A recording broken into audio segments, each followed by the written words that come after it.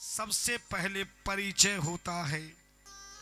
गोसाई जी तुलसीदास जी महाराज कहते हैं, जाने बिनु ने होई प्रतीति, बिनु प्रतीति होय नहीं प्रीति, प्रीति बिना सो नहीं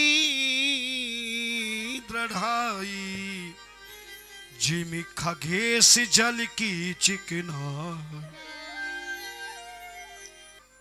काकभूषण जी महाराज गरुड़ से कहते, जाने बिनु न होए प्रतीति, जब तक किसी व्यक्ति का परिचय नहीं होगा, उसके बारे में जानोगे नहीं, तो सच बताओ उस पर विश्वास होगा क्या? बोलो ना। और जब तक विश्वास नहीं होगा तो बिना विश्वास के किसी से प्रेम होगा क्या? जाने बिनु न होई प्रतीति, प्रतीति कहते विश्वास को। बिना परिचय के, बिना जान पहचान के विश्वास नहीं होगा, और बिनु प्रतीति होई नहीं प्रीति, बिना विश्वास के प्रेम नहीं होगा, और बिना प्रेम के कोई किसी का काम करेगा क्या? बस ऐसे ही अगर मैंने आपको शिव पुराण वैसे ही सुनाना शुरू कर दिया तो आपको शिव पुराण का फल प्राप्त नहीं होगा। नियम है, भागवत भी अब सुनाते हैं भागवताकार, तो पहले दिन धुंधकारी आदि की कथा से आपको उसका परिचय देते हैं। आइए, शिव महापुराण की कथा आपके इस नगर में पहली बार मैं करने आया हूं। मेरा सौभाग्य है, आकर के मैं बहुत प्रसन्न हुआ। मैं प्रणाम करता हूं आपको, तहे दिल से प्रणाम करता हूं। जैसे आपका ये परिचय के बिना, ऐसे ही शिव महापुराण का भी पहली बार आप श्रवण कर रहे हैं। आइए, मैं शिव पुराण की कथा का परिचय करा देता हूं। पहला परिचय तो यह है, धर्म ग्रंथों में लिखा है, रामायण में लिखा है, भागवत में लिखा है, पुराणों में लिखा है, कोई भी मनुष्य जिंदगी में कितनी बार कोई सत्संग कर ले, कितनी बार कोई राम कथा सुन ले, कोई श्रीमद् भागवत महापुराण सुन ले या भक्ति सत्संग कर ले, लेकिन सभी सत्संगों का फल तभी मिलता है जब वो जिंदगी में एक बार शिव पुराण की कथा को सुन लेता है। अगर मेरे पे विश्वास नहीं तो मैं शिव महापुराण में राम कथा का ही उदाहरण देता हूं, क्योंकि शिव जी राम जी के बिना नहीं रह सकते, और राम जी शिव जी के बिना। शिव कथा में राम कथा का उदाहरण जुड़ जाए तो शिव जी सुनने वालों पे कृपा कर देते हैं।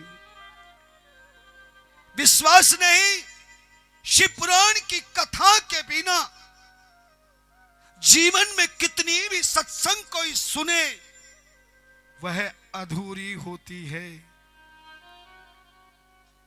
नारद जी ने श्री राम से पूछा, हे महाराज, आपसे एक विनती करना चाहते हैं, आप किस पर कृपा करते हैं? कौन सी पूजा पाठ से आप कृपा करते हैं? लखनलाल जी ने भी राम जी से पूछ लिया, भैया आप कौन सी पूजा पाठ जप तप यज्ञ हवन से आप भक्त पर कृपा करते हैं? तो राम जी ने कहा, राम जी ने लखनलाल को उत्तर देते हुए कहा, चौपाई बोल रहा हूं, रामायण की ध्यान से सुनना। जाते बेग,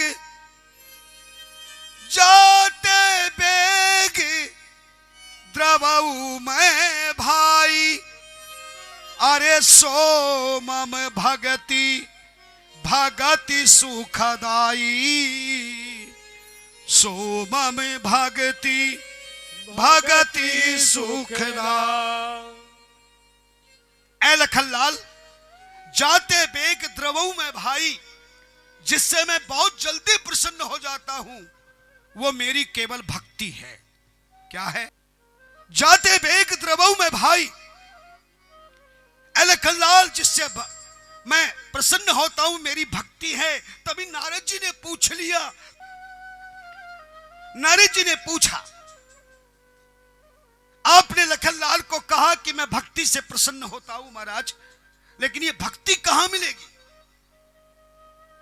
तो राम जी ने नारद जी को कहा, जा पर कृपा ने करही पुरारी, सोन पाव मुनि भक्ति हमारी, सोन पाव मुनि भगति हमारी। जा पर कृपा न करही पुरारी, जिस पर शिव जी की कृपा नहीं होगी, जिसने शिव पुराण नहीं सुनी, जिसने शिव की पूजा नहीं करी, जिसने शिव की भक्ति नहीं करी, वो कितनी भी मेरी भक्ति करे, मेरी कथा सुने, मेरा पाठ करे, मेरा जप करे, मैं उस भक्त की ओर देखता भी नहीं हूं। क्योंकि नहीं को शिव, राम जी के शब्द हैं, रामायण की चौपाई बोल रहा हूं, मेरी नहीं है, विश्वास करना पड़ेगा। नहीं को शिव समान प्रिय मोरे, अस परतीत तजऊ जन भोरे, अस परतीत तजऊ जन भोर। और एक बात और बता दूं, बुरा मत मानना, राम जी ने तो यहां तक कह दिया, लाख सुनो तुम राम कथा,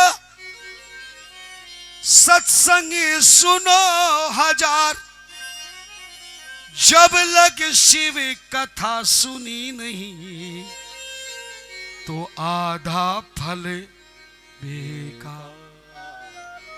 क्योंकि शिव की कृपा के बिना राम की कृपा नहीं होती।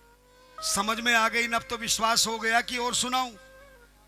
मुझे परिचय देना है। शिव पुराण की कथा के बिना जीवन की सारी कथाओं का फल अधूरा रह जाता है, लेकिन शिव पुराण की कथा सुनने से समस्त कथाओं को न सुनने पर भी सबका फल प्राप्त हो जाता है। ध्यान देना। जानते हो ये शिव पुराण की कथा की कीमत कितनी है? मैं इसको समझाने के लिए आपसे एक बात पूछूंगा, पर ईमानदारी से सबको जोर से जवाब देना होगा। एक कॉलेज में, एक स्कूल में एक विद्यार्थी हाई स्कूल की परीक्षा दे रहा था। कौन सी क्लास की दे रहा था? हाई स्कूल तो जानते हैं ना, 10वीं। बहुत इंटेलिजेंट बालक था। हाई स्कूल की परीक्षा देने गया तो उसने अपने हर प्रश्न का उत्तर, ध्यान देना, हर प्रश्न का उत्तर बहुत अच्छी राइटिंग में समय के अनुसार पूरी परीक्षाओं में दिया। तो कितने नंबर आने चाहिए उसके? बोलो ना। लेकिन जब रिजल्ट आया तो वो फेल हो गया। ऐसा क्या कारण हो सकता है? ऐसा क्या कारण हो सकता है? केवल एक कारण था, परीक्षा के प्रश्नों का उत्तर तो बालक ने बहुत अच्छा दिया, लेकिन रोजाना जल्दबाजी में अपना रोल नंबर लिखना ही भूल गया।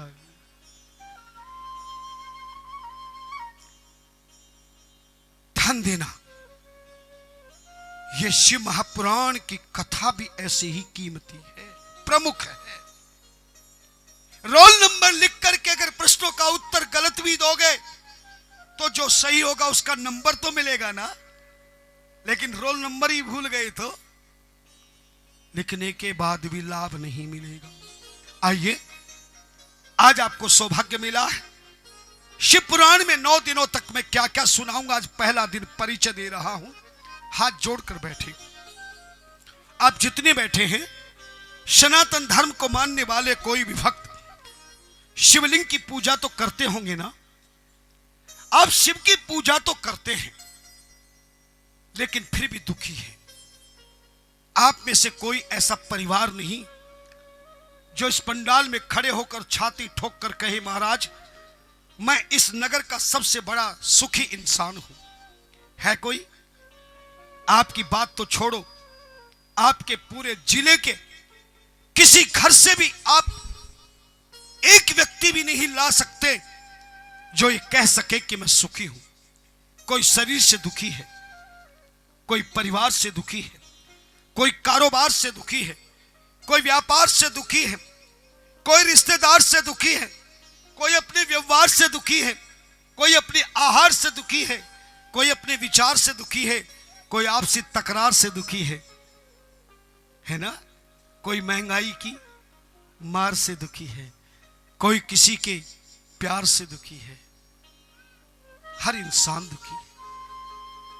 शिव की पूजा करने वाला,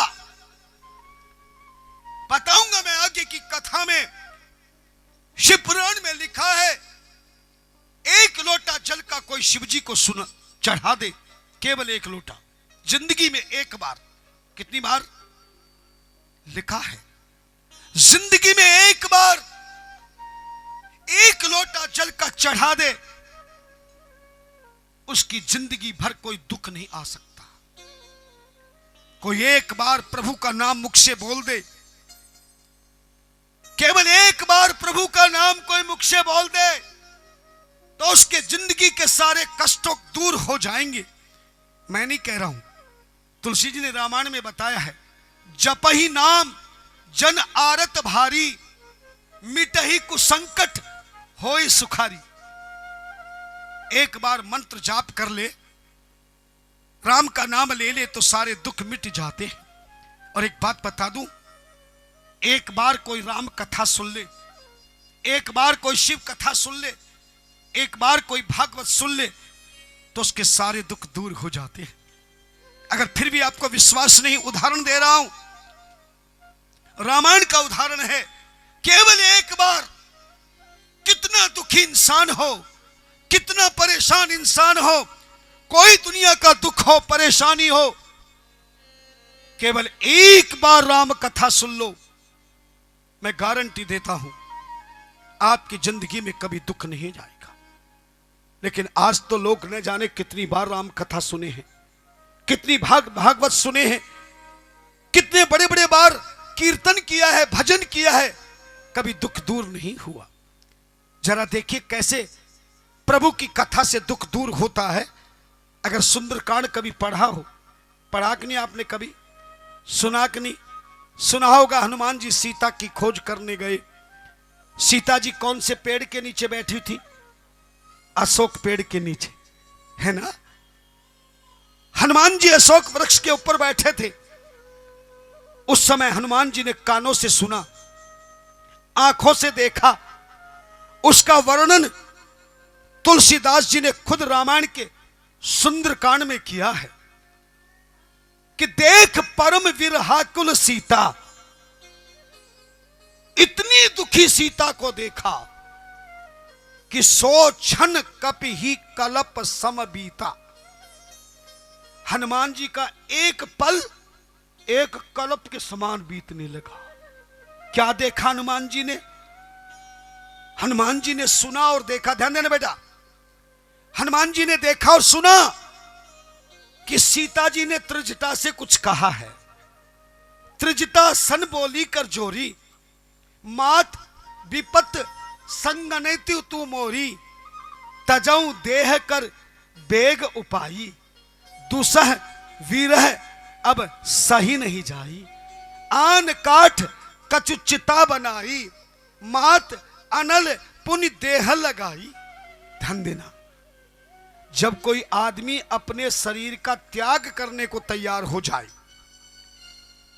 अपने शरीर को त्याग करने को हो जाए, कब होता है आदमी? जब बहुत दुखी होता है।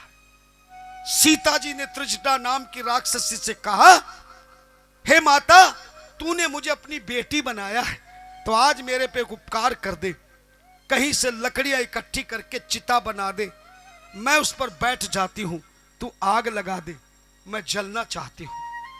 ये हनुमान जी सुन रहे हैं और देख रहे हैं। जब त्रिजटा चली गई तो सीता जी ने तारों से अग्नि मांगी, अवनन आवत एकहु तारा। सच बताओ मेरी माता बहनों बेटियों, मेरे भाई बुजुर्गों, कितनी दुखी थी सीता, मानते हो ना?